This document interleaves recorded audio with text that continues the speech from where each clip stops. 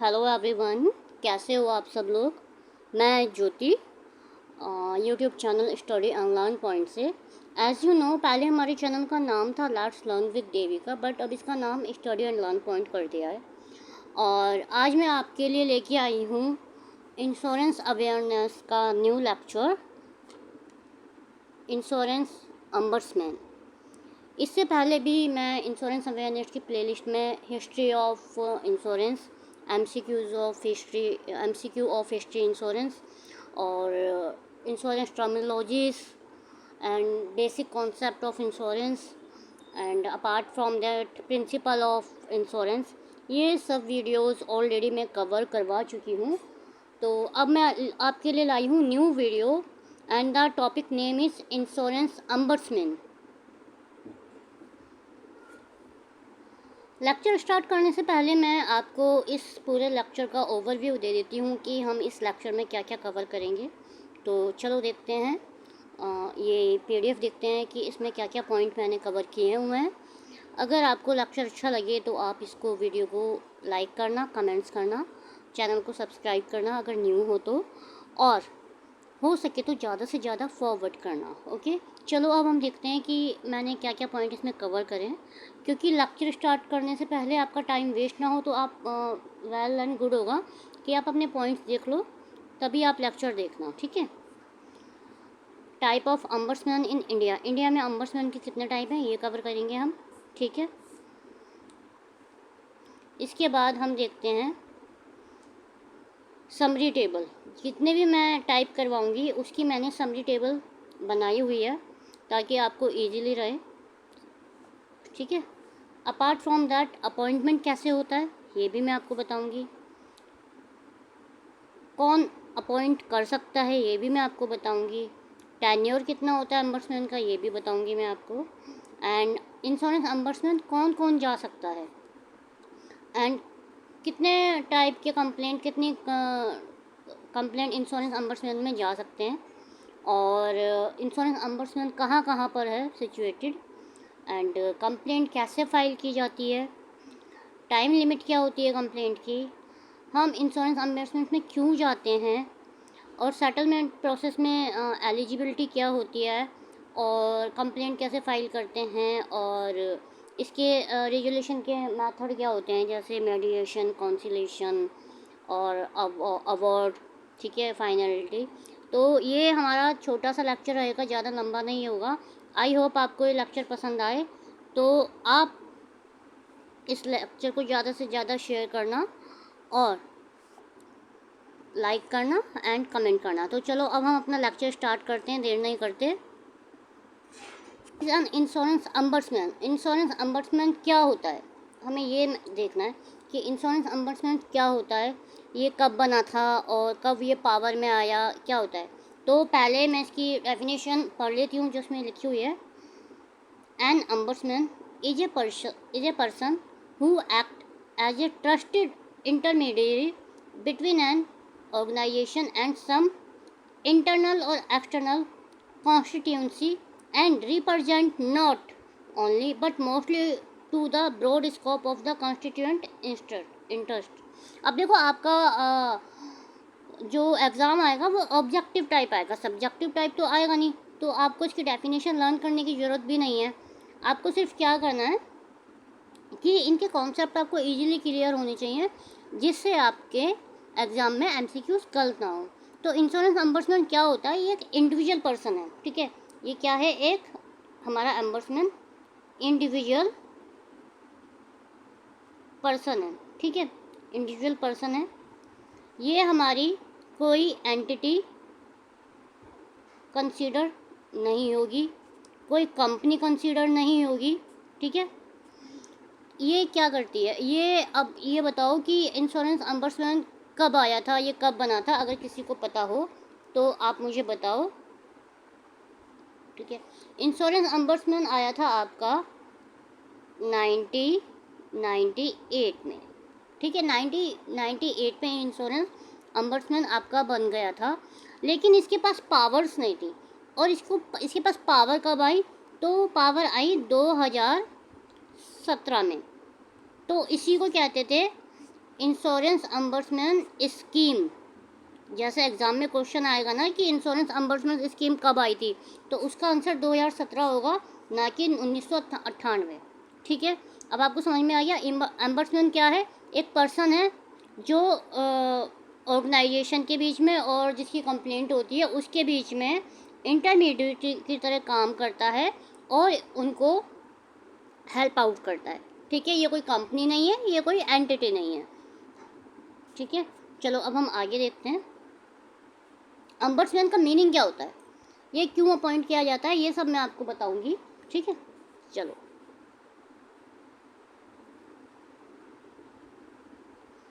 अब हम देखेंगे types of ombudsman in India. India में अम्बर्समैन के कितने टाइप हैं?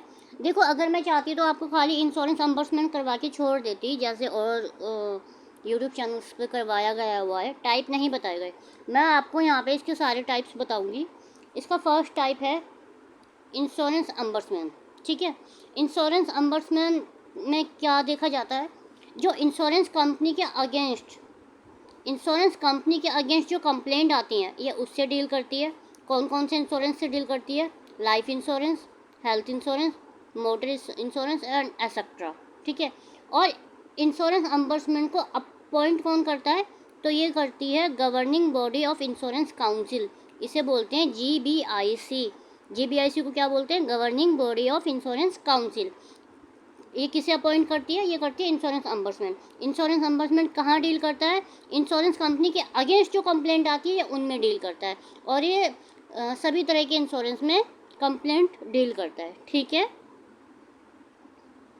अब हम देखते हैं हमारा सेकंड टाइप, बैंकिंग अम्बर्समैन। बैंकिंग अम्बर्समैन क्या होता है? बैंकिंग अम्बर्समैन किस में डील करता है? Complain against bank. बैंक के अगेंस्ट कोई कंप्लेंट हुई है, क्यों हुई है? लाइक डिले इन सर्विस, उनकी सर्विस में डिले करा है, कुछ एक्स्ट्रा चार्जेस लगाए हैं, या ATM इशू हुआ है और बैंक आपकी कंप्लेंट नहीं सुन रहा। ठीक है, इसमें कौन कौन आता है? For all bank including private, public और फॉरेन बैंक, सभी तरह के बैंक आते हैं। बैंकिंग अम्बर्समैन को कौन अपॉइंट करता है? RBI, reserve bank of India. ठीक है, अब बैंकिंग अम्बर्समैन को किसने रिप्लेस किया है? पहले बैंकिंग अम्बर्समैन था, अब बैंकिंग अम्बर्समैन की जगह बैंकों की कंप्लेंट कौन सुनता है? तो ये आया है इंटीग्रेटेड अम्बर्समैन स्कीम 2021। ठीक है, ये आप ध्यान रखना कि बैंकिंग अम्बर्समैन को रिप्लेसमेंट किया है इंटीग्रेटेड अम्बर्समैन स्कीम 2021। इसमें क्या क्या कवर होते हैं? बैंक कवर होते हैं, NBFC and digital payment system. ठीक है, मैं बार बार इसलिए रिपीट कर रही हूँ कि आपको लेक्चर के टाइम ही ये सब चीज़ सारी याद हो जाए, आपको बार बार रीड आउट ना करना पड़े। अब हम देखते हैं टाइप थर्ड, इनकम टैक्स अम्बर्समैन। अब इसमें मैंने मेंशन किया हुआ है लेस एक्टिव नाउ, अभी ज़्यादा एक्टिव नहीं है। ये किससे रिलेटेड कंप्लेंट डील करेगा? ऑब्वियसली इनकम टैक्स से रिलेटेड कंप्लेंट डील करेगा। जो अनफेयर ट्रीटमेंट हुआ है वो डील करेगा। कौन अपॉइंट करता है? सेंट्रल गवर्नमेंट अपॉइंट करती है। ठीक है, अब देखते हैं हमारा फोर्थ टाइप। ठीक है, फोर्थ टाइप में आता है इलेक्ट्रिसिटी अम्बर्समैन। इसमें डिस्प्यूट किसके होते हैं? कंज्यूमर के होते हैं और इलेक्ट्रिसिटी कंपनी के होते हैं। ठीक है, इसे कौन अपॉइंट करता है? इसे state electricity regulatory commission appoint करता है। ठीक है, चलो अब आगे देखते हैं नेक्स्ट टाइप। नेक्स्ट टाइप में आता है पेंशन अम्बर्समैन। पेंशन अम्बर्समैन में किसके कंप्लेंट देखे जाते हैं? Grievance related to pension scheme से रिलेटेड ग्रीवेंस देखे जाते हैं। और इसे कौन अपॉइंट करता है? पेंशन अम्बर्समैन को रेगुलेट कौन करता है? इसे करता है PFRDA, pension fund regulatory and development authority, इसे रेगुलेट करती है। और ये किस लिए किया जाता है? जैसे NPS में कोई प्रॉब्लम आ रही है या अदर पेंशन रिलेटेड कोई इशू है, कंप्लेंट है, उसमें ये पेंशन अम्बर्समैन आता है और इसे PFRDA देखता है। ठीक है, अब हम देखते हैं सिक्स्थ, लोकपाल। ये बहुत इंपॉर्टेंट है लोकपाल वाला। ये गवर्नमेंट करप्शन के लिए देखा जाता है। इसमें कैसी कंप्लेंट आती हैं? जो पब्लिक ऑफिशियल और मिनिस्टर्स के अगेंस्ट कंप्लेंट होती है वो देखी जाती है। ठीक है, और ये किसके लिए होती है? गवर्नमेंट डिपार्टमेंट और ऑफिस के लिए होती है। और कौन अपॉइंट करता है इन्हें? प्रेसिडेंट ऑफ इंडिया इन्हें अपॉइंट करते हैं। अब हम चलते हैं हमारी नेक्स्ट स्लाइड पर, इसमें मैंने देखो आपके लिए ये समरी प्रिपेयर की हुई है कि इंश्योरेंस अम्बर्समैन कौन कौन से हैं, ठीक है, इंश्योरेंस कंपनीज, और इन्हें कौन इनको मतलब अपॉइंट करता है, ये अपॉइंटमेंट करते हैं। जैसे इंश्योरेंस अम्बर्समैन को GBIC करती है। GBIC की फुल फॉर्म मैंने आपको फर्स्ट स्लाइड में बताई थी, आप वो कमेंट में लिख सकते हो, मेंशन करो। बैंकिंग अम्बर्समैन होता है।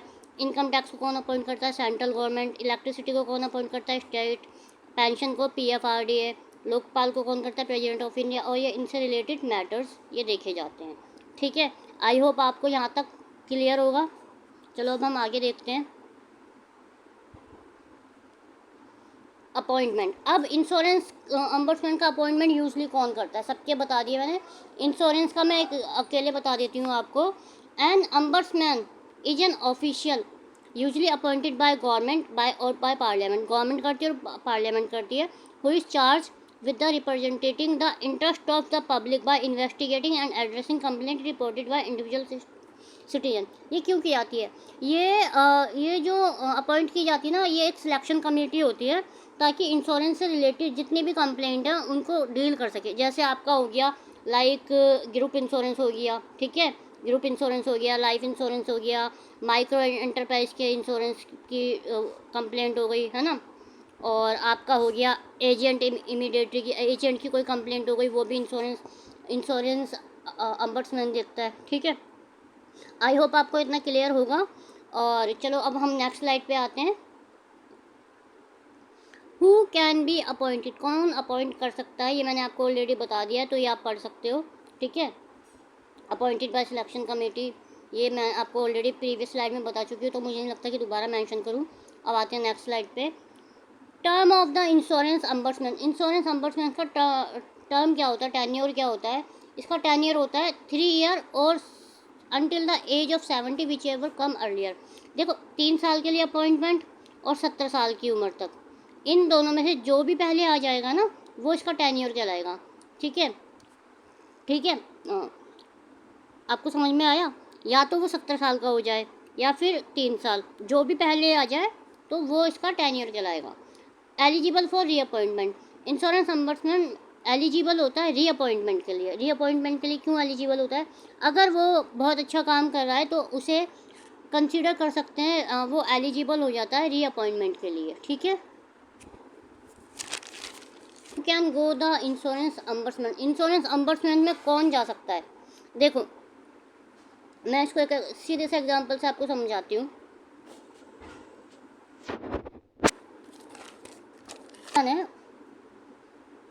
एक पर्सन है, उसका नाम है Ram.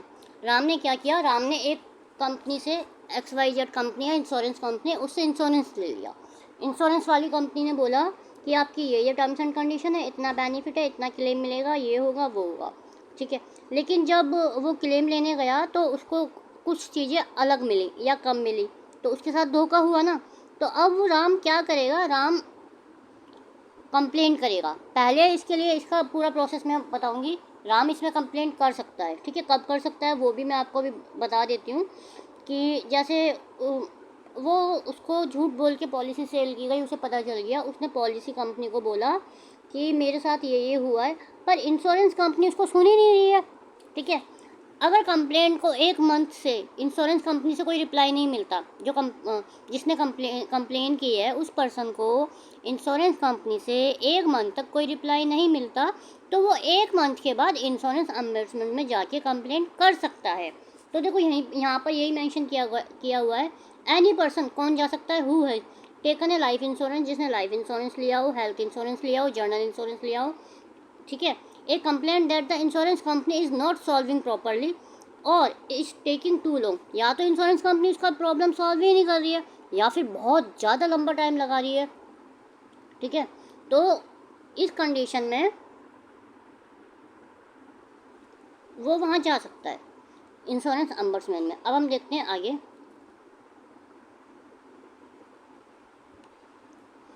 What kind of complaint can you take to the ombudsman? ombudsman में आप किस तरह की कंप्लेंट लेके जा सकते हो? Delay in getting your claim, आपको अपना क्लेम मिलने में देर हो रही है। पार्शियल और फुल रिजेक्शन, ऑफ क्लेम, आपका क्लेम रिजेक्ट कर दिया है आधा या पूरा विदाउट ए प्रॉपर रीजन, बिना किसी रीजन के। डिसएग्रीमेंट हुआ है, जो टर्म्स एंड कंडीशन लिखा हुआ है पॉलिसी का, उसका डिसएग्रीमेंट हुआ है, तब भी आप कंप्लेंट कर सकते हो। प्रीमियम पेमेंट में कोई इशू है तब भी कंप्लेंट कर सकते हो। रिफंड में कोई इशू है या फिर कोई रॉन्ग डिडक्शन हुई है तब भी आप कंप्लेंट कर सकते हो। ठीक है, अब हम देखते हैं where is the insurance ombudsman. Insurance ombudsman कहाँ कहाँ पर है, आप कहाँ कंप्लेंट करोगे। अभी जो करंटली है ना, 17 अम्बर्समेंट ऑफिस है ऑल ओवर इंडिया में। ठीक है, कितने टोटल 17 हैं, और each one look after certain state और रीजन, सबके अपने अपने रीजन और स्टेट हैं। अब आपको इंश्योरेंस की कंप्लेंट करनी है, ठीक है, तो आपको कैसे पता चलेगा कि आपको कहाँ जाना है। तो इसके लिए आप क्या कर सकते हो, इसके लिए आप एडा की वेबसाइट पर जा सकते हो। वहाँ पर आप अपना कंप्लेंट जोन पता लगा सकते हो और वहाँ पर आप कंप्लेंट कर सकते हो अगर ऑफलाइन करनी है तो। ठीक है, अगर आपको ऑफलाइन कंप्लेंट करनी है, वहाँ जाकर कंप्लेंट करनी है, तो एडा की वेबसाइट से आप कंप्लेंट जोन पता लगा के अपने एरिया का डाल के कंप्लेंट जोन का पता लगा के वहाँ कर सकते हो। और ऑनलाइन करनी है तो ऑनलाइन भी हो जाएगी। ऑनलाइन कहाँ पर होती है ये मैं आपको नेक्स्ट स्लाइड में बताऊँगी। How to file a complaint, ये प्रोसेस मैंने अभी आपको बताया भी था कि how to file a complaint कैसे फाइल होती है। ठीक है, पहले आपको क्या करना होता है, first write to your insurance company, आपको अपनी इंश्योरेंस कंपनी को लिखना होता है। If they don't reply in 30 days, अगर वो 30 डेज में रिप्लाई नहीं करती और you are not happy with the reply, और आप उसके रिप्लाई से सेटिस्फाई नहीं हो, हैप्पी नहीं हो, then you can complain to the insurance ombudsman, तो आप इंश्योरेंस अम्बर्समेंट में जा सकते हो। और ऑनलाइन कैसे करोगे, देखो ऑनलाइन का मैंने आपको लिंक यहाँ प्रोवाइड कर दिया है, ये उसका है। आप बाय ईमेल भी कर सकते हो और पोस्ट भी कर सकते हो, जो आपके नियर ऑफिस होगा। ठीक है, तो ये सारे मेथड है कि आप कंप्लेंट कैसे फाइल करोगे। कंप्लेंट फाइल करने के बाद क्या होता है वो देखते हैं। इसके बाद इसकी मैं टाइम लिमिट भी आपको बता देती हूँ। ठीक है, टाइम लिमिट कितनी है, टाइम लिमिट है within 1 year from the date you got the final reply from the insurance company. जैसे आज मान लो, आज डेट क्या है, आज है 11 अप्रैल। ठीक है, आज 11 अप्रैल है और आज आपको इंश्योरेंस कंपनी ने रिप्लाई दे दिया, मतलब फाइनल डिसीजन दे दिया। ठीक है, फाइनल डिसीजन दे दिया। ठीक है, तो डिसीजन के 1 साल बाद तक, यानी कि 11 अप्रैल 2026 तक आप कंप्लेंट कर सकते हो। मतलब आपको 1 साल के अंदर अंदर ही कंप्लेंट करनी है। ठीक है, समझ में आ गया। जैसे आपका डिसीजन आया है तो डिसीजन आने के 1 साल बाद तक आप कंप्लेन कर सकते हो। अब हम आगे देखते हैं, ये हो गई इसकी टाइम लिमिट।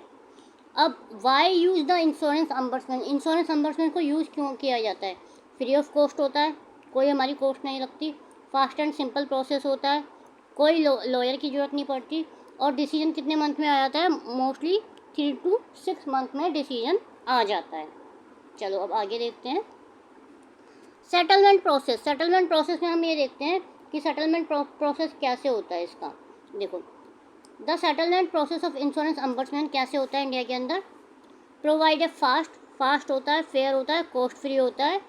ठीक है, और रेजुलेशन देता है, किसको देता है, पॉलिसी होल्डर को देता है जिन्होंने कंप्लेंट की है इंश्योरर के अगेंस्ट, और इसमें स्टेप बाय स्टेप ये प्रोसेस फॉलो करना पड़ता है। अब ये देखो, eligibility to approach the ombudsman की एलिजिबिलिटी क्या है, before approaching the ombudsman the complainant और policy holder their legal heir nominee must, उनको क्या करना होगा, एक रिटर्न कंप्लेंट फाइल करनी होगी। अगर company insurance company with in 30 days में रिप्लाई नहीं देती है या अनसेटिस्फैक्ट्री है तो आप 1 महीने बाद इंश्योरेंस अम्बर्समेंट में जा सकते हो। The complaint must be filed within 1 year from the date of insurer final reply, जो उसका फाइनल रिप्लाई आता है उसके 1 साल के अंदर अंदर आप कंप्लेंट कर सकते हो। 1 साल के बाद अगर आप जाओगे तो आपकी कंप्लेंट कंसीडर नहीं की जाएगी। ठीक है,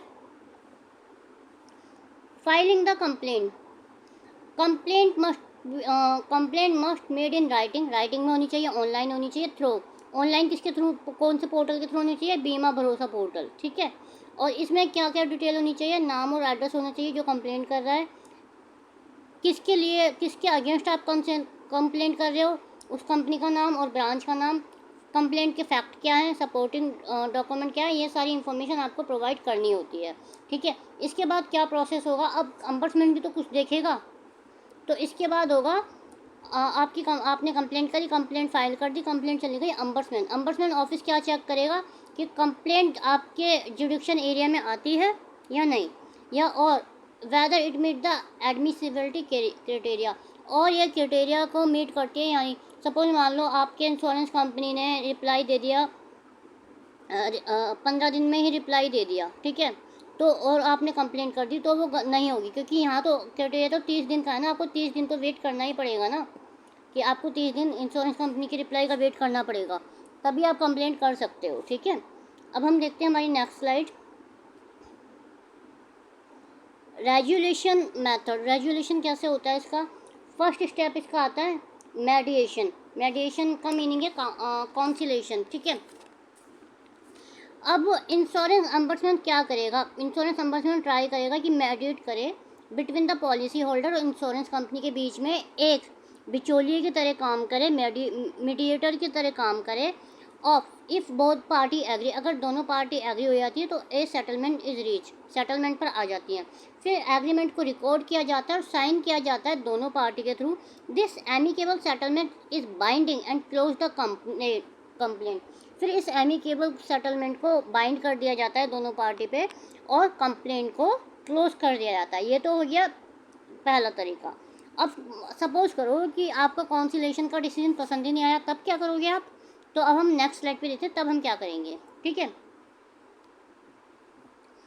तब हम करेंगे, हमारा सेकंड स्टेप आता है इफ़ मेडिएशन फेल, तब हम करेंगे अवॉर्ड बाय अम्बड्समैन। इसको आप ये भी बोल सकते हो पासिंग